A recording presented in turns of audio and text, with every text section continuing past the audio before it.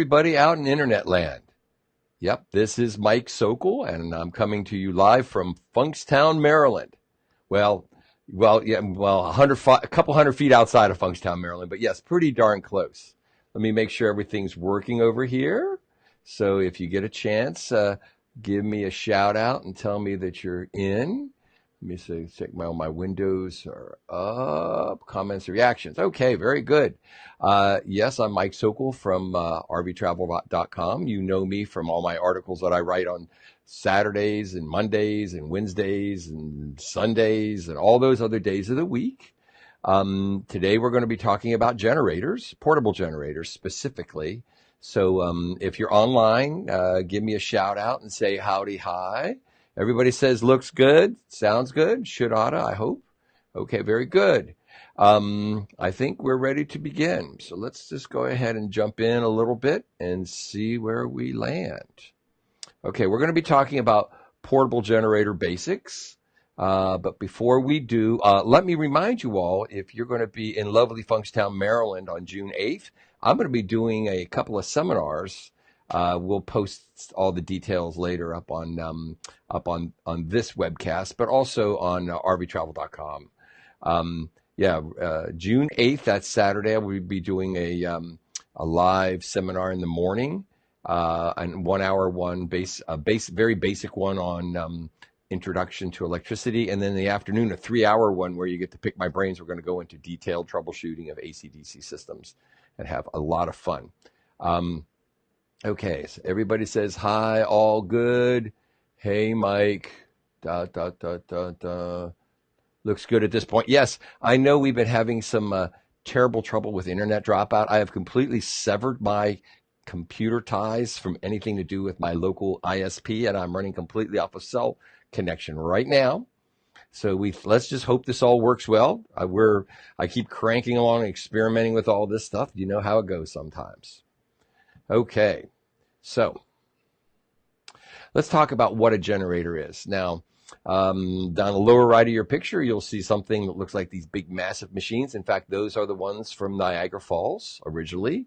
They are generators in the same way that your little generator that you have in your RV or your little portable one are generators. Basically, in the United States, we use them to generate 60 hertz power, 120 volts, 240 volts. Everybody says looking good, good, good, good. Excellent.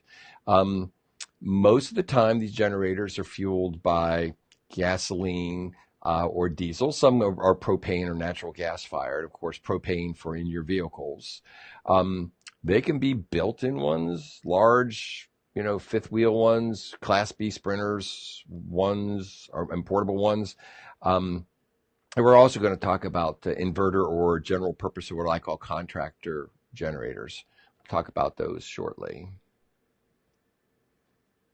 Okay, so we're going to focus on portable generators. I can do another one later on built-in generators, but everybody runs portable ones. Even when you have a large fifth wheel or a Class A that might have built-in ones, a lot of people still get little portable ones, basically for topping off the batteries and just running, basic appliances inside of them, because the big generators in them can be very expensive to run, whereas these little portable inverter generators can be much more cost effective. So again, we use them on RVs without a built-in trend generator or transfer switch. And this transfer switch thing is important, which we'll come back to in just a couple of minutes. Most of these portable ones are generally 1,000 to 7,000 watts.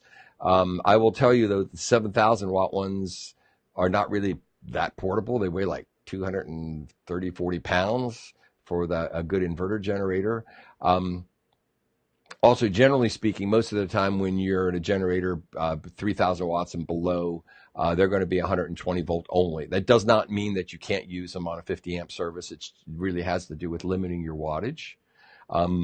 Most generators that are the 5,000 to 7,000 watt range are in fact 240/120 volts, and that is not going to blow up your RV.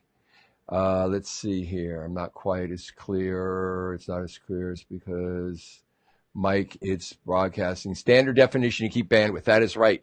I am doing in standard definition rather than 720 or 1080p because what I'm trying to do is keep bandwidth down so that I don't blow this system up. But I assure you, I'm recording it all at high resolution, but it's what we're broadcasting at. Just the way it goes. Let's talk about portable generators. Many can be lifted by 1 or 2 people with strong backs. The little 1,000 and 2,000 watt ones are like these little Hondas. They're 40 odd pounds or whatever. You can easily pick them up with one hand and move them around. Whereas other ones, the bigger ones, get a little crazy. Let's talk about general purpose, what we call contractor generators. You guys have listened to me rant and rave about them being too loud. I know they're really, really cheap, and they work really quite well. But the problem is you can hear them for many, many, many hundreds of feet away. I like to go camping because I like a little bit of quietude. But even if you just look at not just the noise level, inverter generators are allowed to throttle back. These contractor generators work in the same way that the Niagara Falls generators do, all power plants. The generator motor, I should say, the stator or the rotor in the generator itself has to spin at some constant speed to make 60 hertz. 60 hertz frequency, so you really can't slow them down. So they're always kind of running, kind of nearly open throttle. Let's see, neighbors they're annoying neighbors big time. Yes, so yeah, it is in fact, contractor style generators annoy people a lot. In fact, I've got a guy that just asked, I think it just published today, yesterday, whatever day it was, and he was asking about what he could get as a contractor generator, just so when he's out having to what do we call pavement camp, has to stay at Walmart for the night and wants to crank the thing up. And I said that's the quickest way to get yourself kicked out of one of these situations is to just be obnoxiously loud with your generators. You want to have them quiet. So big, so loud. Yes. But again, it can't be denied that they're a lot less expensive than an inverter generator. And the nice thing about inverter generators is, first off, they're built with much more soundproofing them around them. And they can throttle back. So when you don't need all that 20 amperes out of your outlet all the time. Maybe a lot of times it's 3 or 4 or 5 amperes, and then once in a while it'll be 15 or 20 amperes. So when they don't need it, these little inverter generators, when they're on eco throttle mode or whatever, they in fact can slow way down to idle to the point where you can hardly hear them running sitting beside you. They can be had in gasoline, diesel, propane, natural gas versions. The vast majority of these come stock with gasoline, and you can get some of them have tri-fuel things that you can add on to them. And there's a few of them that actually come stock from the factory that allow you to run propane or gasoline. I think propane is a really, really excellent fuel for generators because it does not build up in the carburetor when left for long periods of times. So I think that that they're really a good choice. But again, there's a lot of expense involved in them. Believe me, I know. I like the Honda stuff because I use them professionally. I can't afford for a show to go down, but there's less expensive versions of these certainly. I know Predators everybody's talking about, but I've never really played with one yet. Maybe they'll send me one to play with. I've got Hondas coming out of my ears right now. The one big question I get from everybody, and this is so confusing to most people, is a ground rod necessary if you're running off of a generator? And let me just say unequivocally, no, you do not need it if all you're doing is powering your RV from the generator. Your ground, that is the chassis of your RV, becomes kind of your local ground plane. and it can float above the earth and do whatever it wants, but you will not get shocked off of it. You cannot use a non-contact voltage tester to test it, but you can't get shock from them. However, sometimes you get these crazy things. The vast majority of regular inverter generators have something that's called a floating neutral. That is, the neutral is not bonded to the ground inside of it. And that can make electronics downstream go a little bit wacky sometimes. Most of the time, you're absolutely fine with it. But once in a while, some refrigerators don't like it and will shut down. Some furnaces and RVs don't like it and will shut down.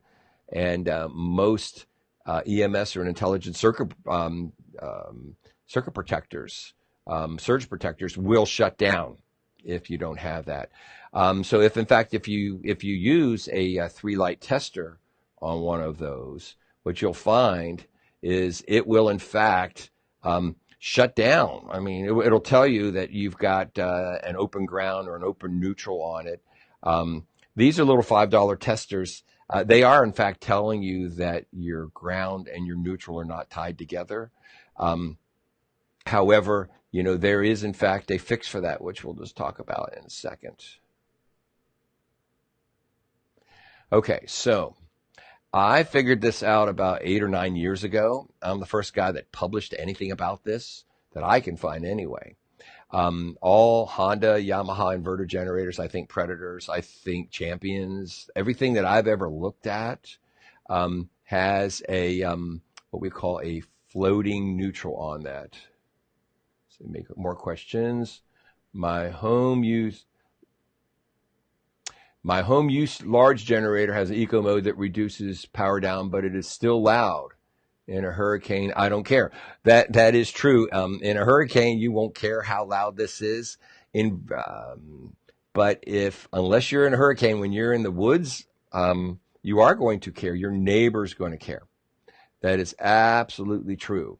Let's go back to my floating neutral workaround. So I came up with this idea. So generally speaking, if your RV is patched into its own internal generator, it's going to do that neutral ground bonding, which we're going to talk about in a minute, how that does that.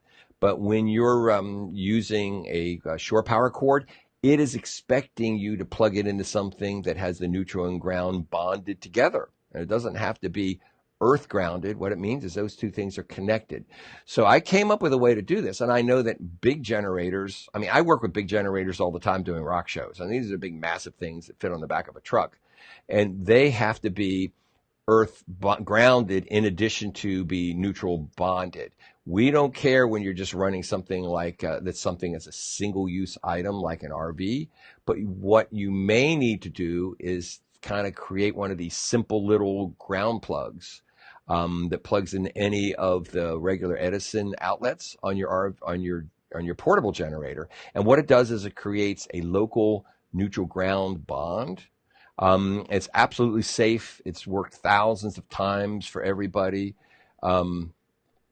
And I think that, you can buy these now.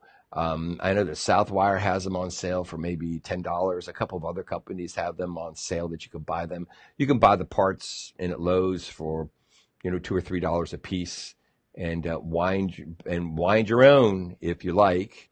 It's just whatever works for you. You can also you can see it in action. There's a video here. So basically, if you just take something, this is my 3,000 watt Honda inverter generator. If you plug a 3-light tester into that, it's going to show an open ground, and that's your EMS, Progressive or Surge Guard products will shut down because it says, I don't like this. I think you have an open ground. You really have an open neutral. That's just how this works. Then by simply plugging in one of these little plugs over here, this little guy, it corrects that. And there's nothing wrong or illegal about this. I've talked to Honda. I've talked to everybody many, many times. There's nothing wrong with that at all. In fact, I get calls every winter from people that are trying to run an inverter generator to power their furnace at home. and they're in the middle of a power outage, and they're saying, you know, they're freezing, and they found my website that it showed them how to properly bond their inverter generator, and now their home furnace is running. So many home furnaces will shut down if they don't have a proper neutral bond. Isn't that the craziest thing? But that's how that works.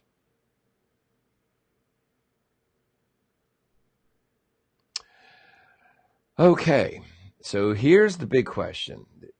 Does an onboard generator have a bonded neutral? And the answer is yes, it does, via its transfer switch.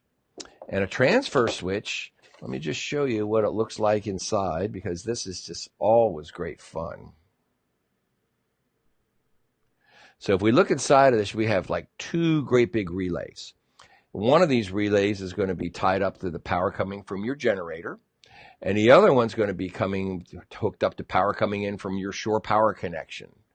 So basically, whenever your generator's running, it's going to run off of the one, and whenever it dies or whatever, it'll flip over the other way. You can program these many times. But built inside of them, every single one of these that you can find, there's going to be some kind of a jumper that creates this neutral ground bond only when it's running off of the generator. The rest of the time, the neutral and the ground have to stay floating from each other, and it's expecting an outside source to create that. Okay, so Chuck is saying, wait a second, I got a couple things here to cover. Emergency, we can use 50 amp plug in the generator to be converted. In an emergency, let's just toss this over here. Let's look at this. This is a good one. In an emergency, can the 50 amp plug on the generator be converted to use on a 50 amp system with an adapter? When you say a 50 amp system, yes, they really are the same thing. Most of those generators, now this would be perhaps a large generator that you had built into your RV that might have a 50 amp plug. The vast majority of your portables will never have a 50 amp connection on them. They'll likely have a 30. And yes, you certainly can. We're going to come to those adapters here just momentarily. So again, anytime you have an RV with built-in generator, it's going to have some kind of a transfer switch to know which one to run off of. This is where I got the idea, and I said every single RV has this ability to bond the generator whenever you're running off of it, and the rest of the time just opens up the connection. That's just how this works, and expects to get it from the pedestal, wherever it's plugged in, or your home system, however that's set up. So let's see. Somebody says 6500 home generator has a 50 amp plug. Perhaps. So when you say it has a 50 amp plug, but it's not going to be good for 50 amperes. 50 amperes is actually, or 50 amps per side. 50 amperes implies a 12,000 watt generator. You can send me info on that later, and I can show you that it might have a 30 amp breaker on it. A lot of times, there's nothing that requires you to have full amperage breaker on a 50 amp connection. So if that is a 50 amp stove plug, most generators that I've seen professionally use something that's called a California connector, not the home stove plug, which is that NEMA 1450. Yeah, 6500 home generator is going to be good for 30 amps a side, basically. But we can toss that around later. More fun. These are great questions. Okay, so let's head on back in.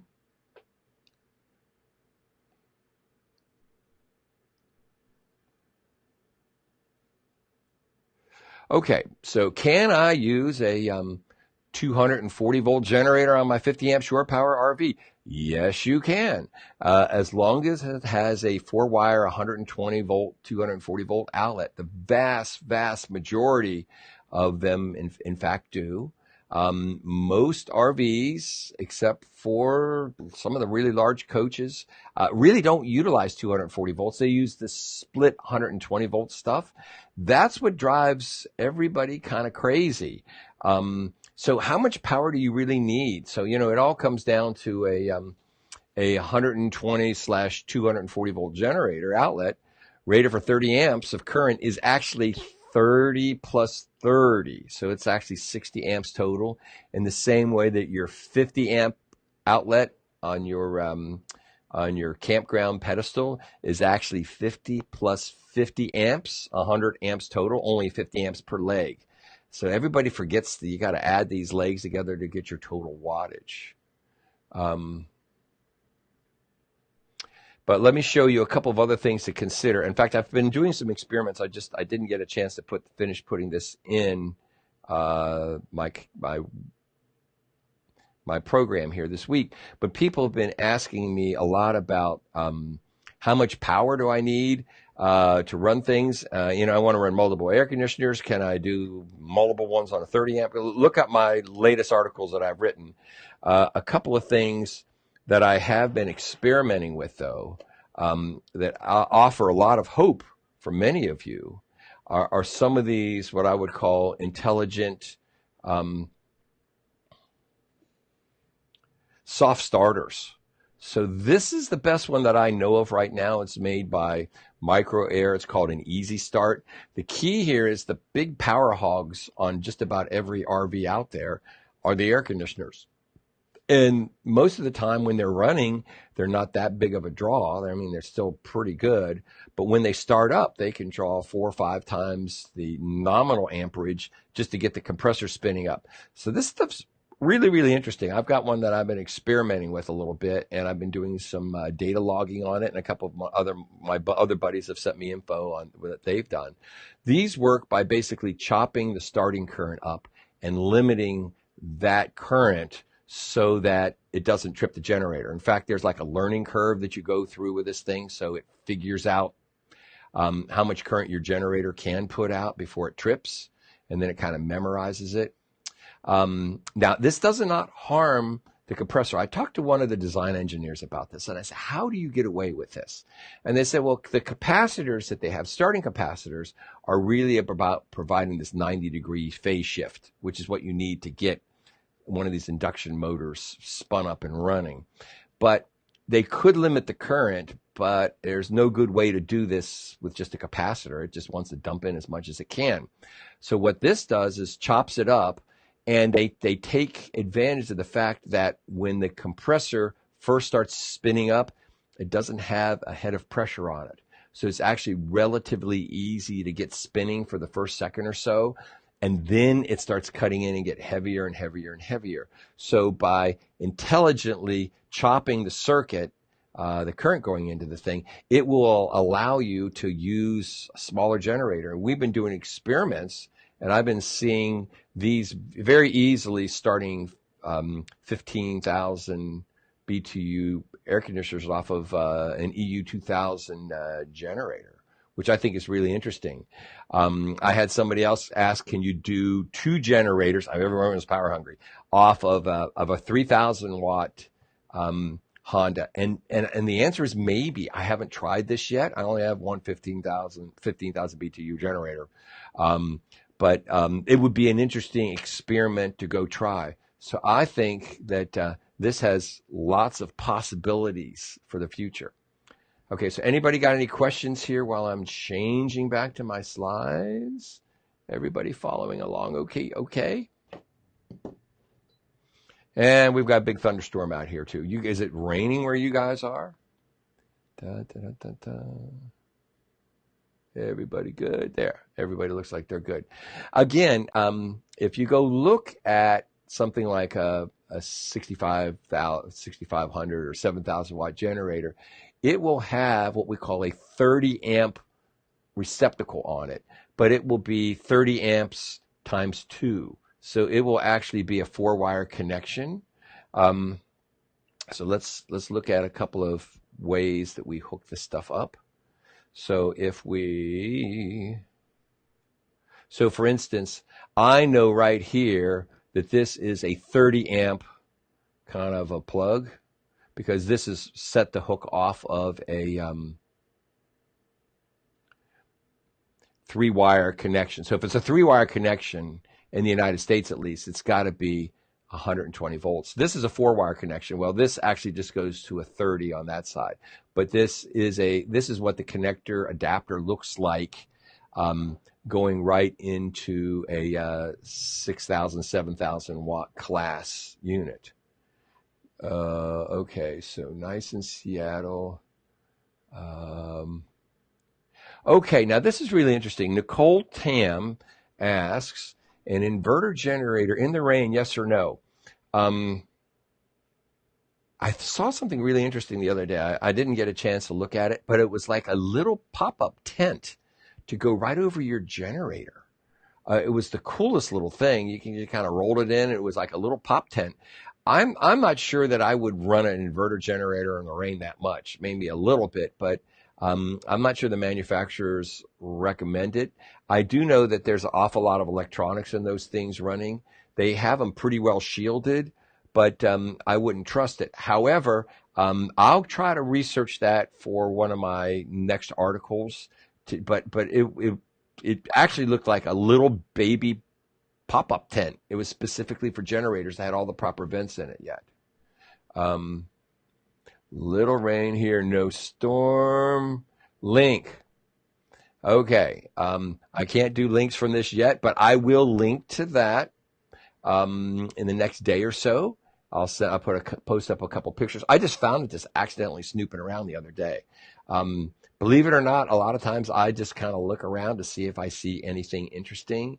But I think that would be good. What you do not want to do, seriously, is to tuck your generator underneath your RV and have it running, because it's way easy to suck in carbon monoxide fumes, which are deadly. So we don't like that.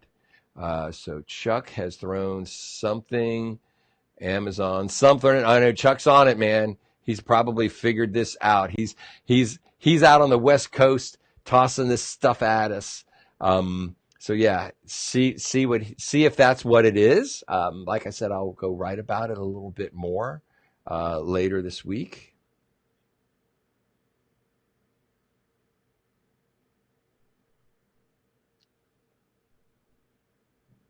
And everybody, I hear thunder out here. If you hear thunder, that's me.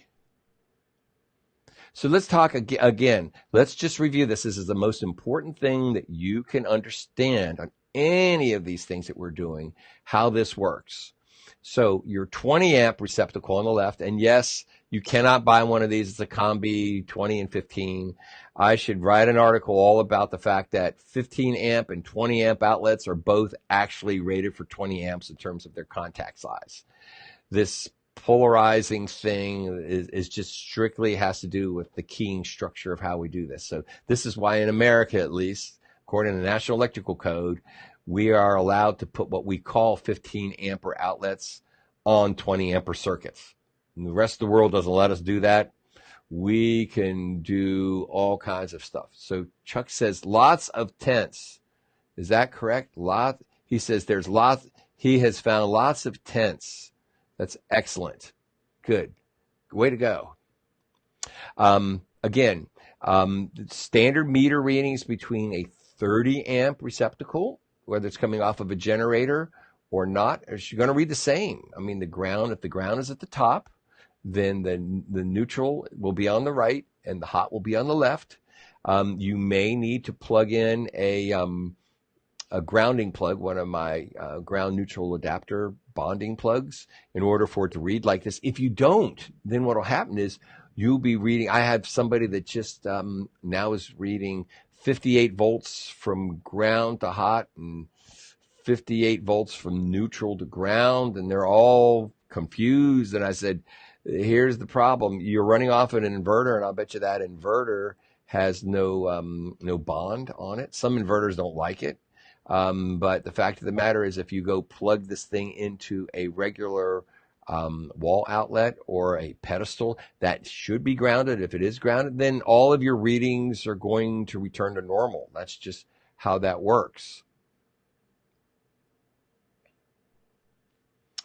A 240 volt plug, that is a 50 amp 12240, is not exactly just 240 volts. It also, if you look how I have it set up, it's got that diamond.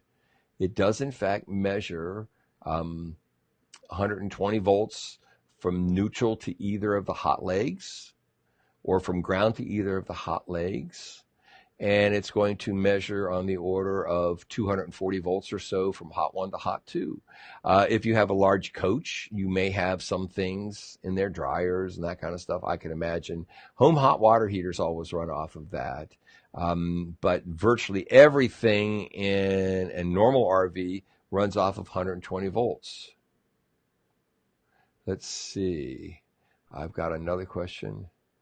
Katie said, I wondered about that. I'm not sure what she wondered about, but maybe so. Katie, what did you wonder about? I just get talking here, and there's a few seconds lag between things. I'm going to proceed as if I know what I'm doing. How's that? If Katie gives me another ping, then I'll answer her more exclusively. But yeah, you can see, again, this is what we call, it's a standard stove fixture in the United States. We have 50 amps available on hot 1 and another 50 amps available on hot 2. That works out to something on the order of 100 amps total between the two at 120 volts. Somebody says, did they actually say this? This is geeky. Love that triangle. I don't think I've ever had to say that before. But yeah, the triangle is really kind of an easy way to memorize this stuff. A lot of things, I tell everybody that I have to have all kinds of like little memory devices to remember this stuff. I mean, I've been doing power for 50 plus years, and sometimes I forget how things go. So I always come up with like little basic diagrams that can help me remember. Okay, so Katie says it's the 5.8 amp. Probably she means 58 volt reading. Yeah, the 58 volt reading, I think, is what Katie means. Yeah, any floating system's going to do that. We were discussing it in Facebook today, and the idea was there's all kinds of kind of old wives' tales, old electricians' tales out there about ghost voltages, which I don't like the term in the same way I don't like the term hot skin voltage. It really doesn't describe what's going on. These are actually capacitively coupled voltages, but again, much more on that. Somebody put up one that at Home Depot, tent running cover. So look at this. I got generator tents coming out of my ears now. This is all great stuff. So yeah, probably best to do that. Everybody up to speed on this 12240 stuff. Let's keep going a little bit. I just have a few more slides here to discuss. Again, this is how you connect into a 3,000 watt class or a 7,000 watt class or generator. So again, most 2,000 watt generators use a standard, actually a 15 amp outlet, 15 or 20 amp outlet. And so if you look on the top right of the picture, what you end up with is a twist lock on the one side, and then the other one actually has a 30 amp TT30. Now, some of them, I think Champion and a couple of other ones, maybe Predator, a few of these other generators I've seen, actually they call them RV ready. And what they have is a TT30 outlet on it. Looks just like your campsite pedestal. However, many of them that have this are in fact Contractor generators that are like a screaming 80 dB kind of a thing. You can hear forever. Again, I hate noise pollution. Even though I'm a rock and roller and I do like really, really loud stuff, when I'm not doing loud stuff, I don't want things to be loud. Again, most every 3,000 watt generator that I have ever seen is going to be only 120 volts. but most every single 5,000 to 7,000 watt class generator will have a 4-wire connection on it, and it will be good for 30 amps per side. So I just got another question here to answer. Let's see.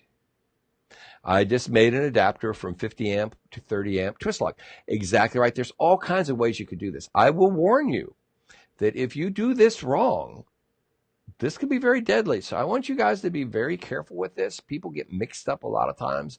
They look at one side of the plug and they don't realize, it's wired up one way, and you're looking at it like this, and it's wired up another way when you're looking at it like that.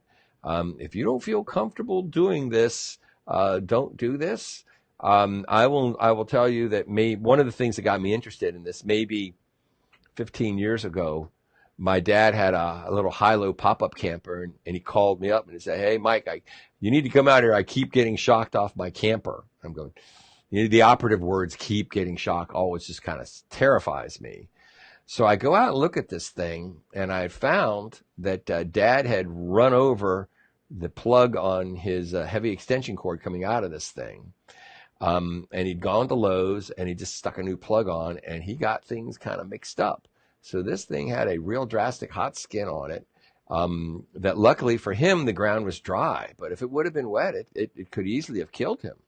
And he just, well, how am I supposed to know? And I'm going, well, Dad, you're supposed to call me when you do things like this. And of course, oh, you hotshot son, you never have time for me. You know how that goes. But I do make time for anything like that, emergency situations. If you're going to wire those up, you have to be absolutely certain that you know what you're doing. I do this all the time. I have every kind of adapter known to mankind, I think, because I'm always doing something wacky for when I'm doing a rock show or whatever, or hooking up a trailer. I never know what I'm going to hook into. Look at this. So this is great. So he is saying, I am a retired union electrician. That's what I want to hear. Those guys know their stuff. In fact, back when I was in my early 20s, I had union electricians train me on how to become an electrician, even though I was studying to become an electrical engineer. I got a lot of my smarts from these guys that knew how to hook stuff up. They could hook anything up. Of course, we were running really, really big wiring, all 3-phase stuff. So those were some of my fondest memories. When I was working in a union shop, and they would show me all the bits and pieces. I would come out with all the plans. They were building machinery to my specifications. But then they were showing me how all of this stuff actually works. So if you guys have a technician background, you're a retired union electrician, that's fabulous. Those are the guys who we want wiring this stuff. But please, if you have questions, you've got to come to me, because the problem is RVs are not really wired up exactly like home systems. You could consider them to be wired up exactly like a sub panel in a home. But it gets a little tricky beyond that. People get, they get upset when they figure out that they cannot run their coffee maker at the same time that somebody's running a hair dryer in the bathroom, because they happen to both be on the same GFCI circuit, and you've maybe got 15 amp or 20 amp breaker on it. That's, this load shedding thing. I was discussing that with my wife earlier, and she goes, well, just shut off some of this other stuff. You're going to do this. I'm going, people just don't think about that all the time. We think about this all the time because we're always, worried about how much power that we're using, especially on a generator. But most people don't understand how complicated that can be. Another question people have all the time, and I ran this the same slide a couple of weeks ago. Do I need a 30 or 50 amp surge protector? Especially, if I've got a 50 amp RV shore power connector and I want to hook this into a 30 amp 120 volt generator, do I need a different surge protector? And the answer is no, you do not. You can use exactly the same surge protector. And I've talked to the guys at Progressive, and I've talked to the guys at SurgeGuard about this. The idea is to size the surge protector for your RV. So if you have a 30 amp RV, you get a 30 amp surge protector. If you have a 50 amp 120 240 volt RV, you get a 50 amp 120 240 volt surge protector, right? And then all you do is you adapt it down. So if you need to adapt it to the appropriate generator, so for instance, you can use something like this guy right here that will plug into here and, you know, create your 30 amp outlet, your TT30. I don't happen to have one right here, but another one would be, you know, the same thing for a 50 amp dog bone. That's going to work absolutely fine. The surge protector should be fine with that as long as you use a neutral ground bond on it. And beyond that, that's all there is to it. So, you know, to recap, I like inverter generators just because of the quiet and also the fuel efficiency. You do not need to put a physical ground rod on any generator that's in your RV because your RV becomes your local ground plane. Now, if you were going to set up a great big generator and be feeding power to several RVs in one part of the lot, then by golly, you do need to ground that. But that's because you're distributing to multiple points. If all you're doing is distributing to your own RV, you don't have to worry about that at all. And beyond that, it's actually pretty simple. You just kind of hook them up and go. Let me see. It may be my final slide here. Let me see. It is. It is. There's my final slide on portable generator basics. I think we made it through without anything blowing up. Yes, cross our fingers. I think we're all good. So we'll entertain some questions for a few more minutes. Okay, remember, go ahead. If you have not signed up for it, sign up for my RV Electricity newsletter due out the last Sunday of every month. You guys know that I write for RV Travel, the main newsletter on Saturday. I have my RV Electricity column in there on Saturday. I've got also something called Just Ask Mike, which is the real simple ones, which I'm having a lot of fun with because I can just go this simple little guys. I think I'm doing one on lightning safety here about when you're out camping around, when you're out hiking. These guys contacted me from, I think they call it 50-miler hiking or 50-miler. And I thought it was pretty cute because I told them I didn't think that I've hiked 50 miles if I add up all of my hikes I've ever done. I like walking, but I don't go a lot of hiking. But in any event, I think they have really, really good information about how to stay safe out in the wild. We have another question here. Now we're getting into the good stuff. How are the phases divided on a 50 amp service? One leg for converter and one leg for 120 volt usage? No, both phases. Okay. So first off, let's look at this. When we're talking phases, what we're generally talking about is three-phase power. And I get into arguments with electricians all the time. The 120, 240 volt thing is actually two phases, 180 degrees apart, but we're not allowed to call it that. We can only say that is what we call a split phase. When they talk about a phase, they mean one of the three power lines, the three phases of the power lines coming into us from the outside world, from the power company. It's split down, and we actually say generally send 240 volts into every house in the United States, and there's a center tap on the transformer, which divvies it up to 120 on the one side and 120 on the other side. Now, campgrounds in the last year or so have been allowed to run two legs of three-phase power into pedestals. And they may have been doing this before, and you may not be aware of it. But the fact of the matter is, those are 120 degrees apart as opposed to 180 degrees apart. It just measures a little bit differently. One of these times, I'll go ahead and do a video strictly on the differences between split phase and three phase. But I got to tell you, only 1% of you guys out there will get it or understand it. So that's kind of on my back burner for right now. But in fact, I think I've told you, I have built my own desktop three-phase power generator that makes a real 120, 240, 208, 277, and 480 volts if you want. Enough to kill you on a tiny little thing, that's about a foot square. That's really, really fun. And it's the only one I think in existence. And I can create all the various flavors of three-phase power. Any of you guys understand that if you're electricians, you'll understand this. I can make high leg delta, grounded leg delta, standard Y, and like I said, normally the 12208 or 12240 split. I can make any of it just by moving a couple banana plugs around. It's really exceptionally fun. Okay, so let's see what else Chuck has said.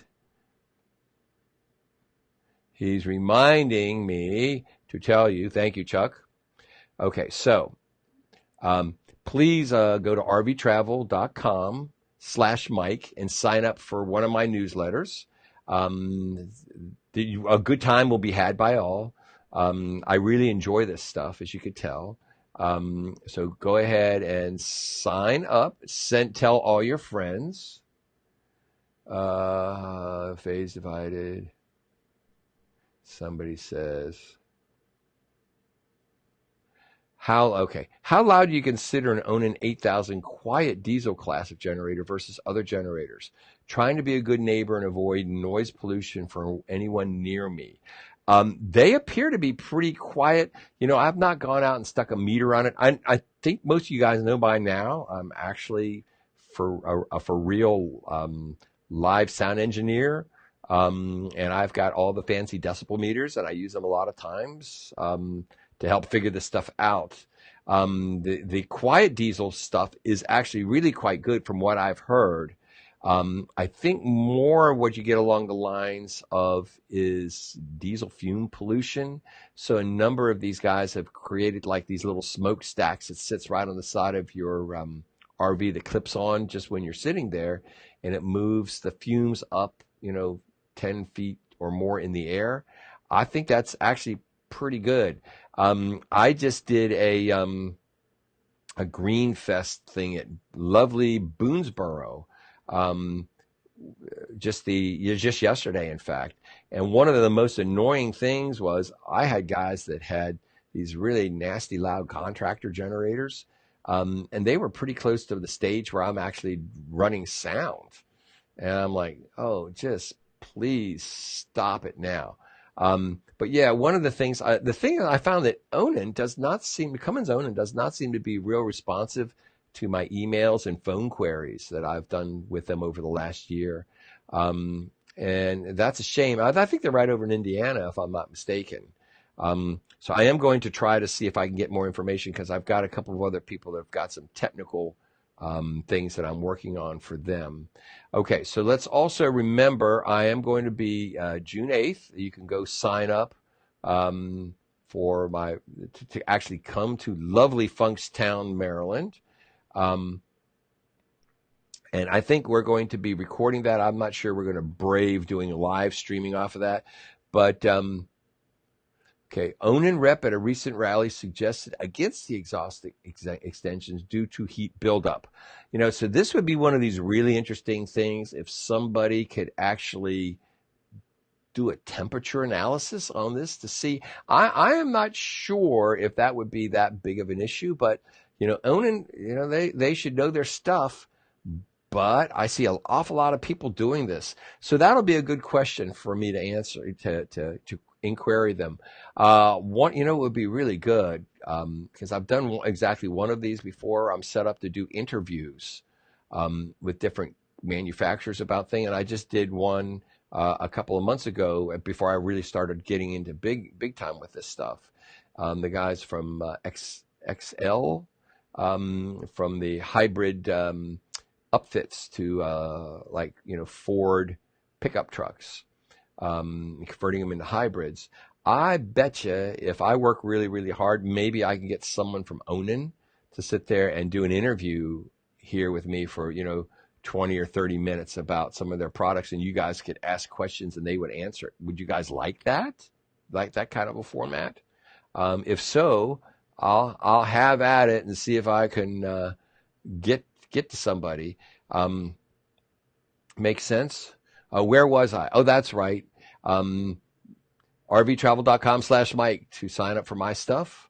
Also, you can see on RV Travel where you can actually sign up to come to lovely Funkstown, Maryland, Engine 10. I'm excited because it's only 500 feet from my house. It's right down the end of the road, my little lane here. And we're going to have a good time with all of that.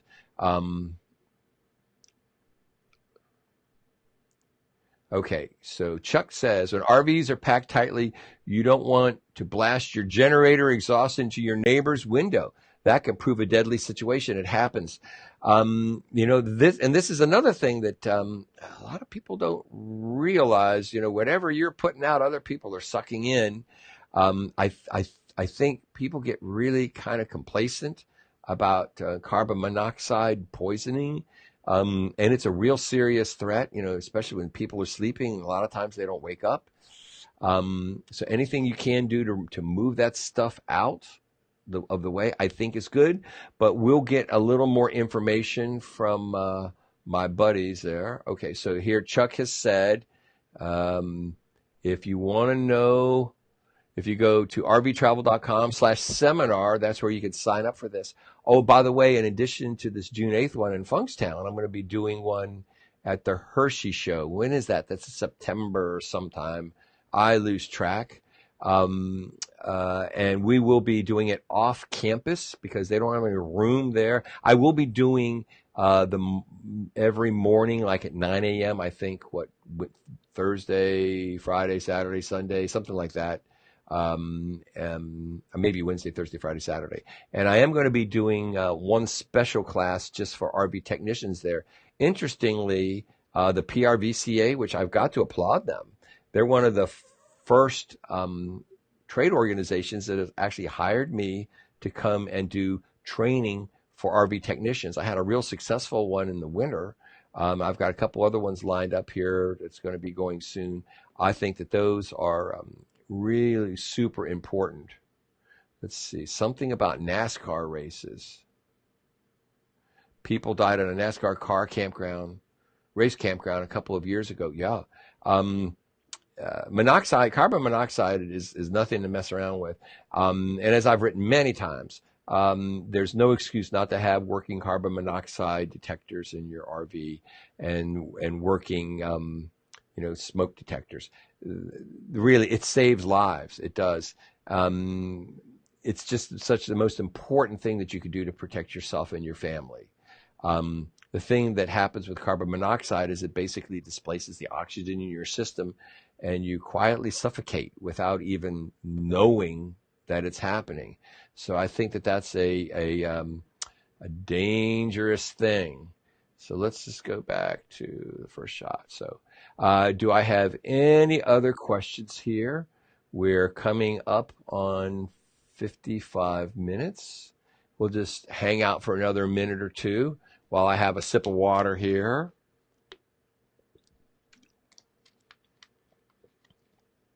Okay, if you like this, please tell your friends.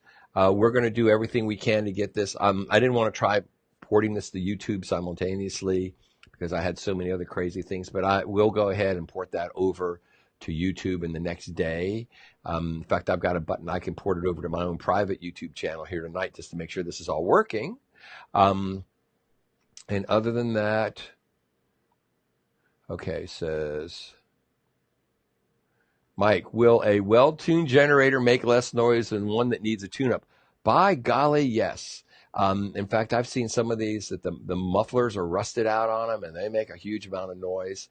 Some of them actually seek up and down. You can hear them going brum, brum, brum. There's just problems with how the governors are set up. So maintaining your generator, I think, is really super important. Not just for the health of your generator itself, but for the power that it's making out.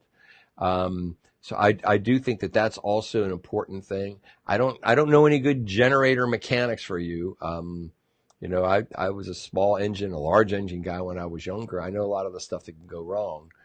Certainly, oil changes, filter changes, oil changes, spark plug changes. All these are super important things to do. Best to talk to your manufacturer about that. Okay, any other questions for anybody? So what I'm going to do is like I do in most of my classes, I'm going to do the kind of like an auction. You know, this is any other questions going once? I don't see anything. Any more questions going twice? Okay, so guess what? We are done. Thank you very much for watching. Please pass this on. And like I said, we'll post this up on YouTube here in the next day or so. Meantime, stay safe out there and keep your emails and such coming in. And many of you guys, I will see you June 8th in lovely Funkstown, Maryland. Thank you so much.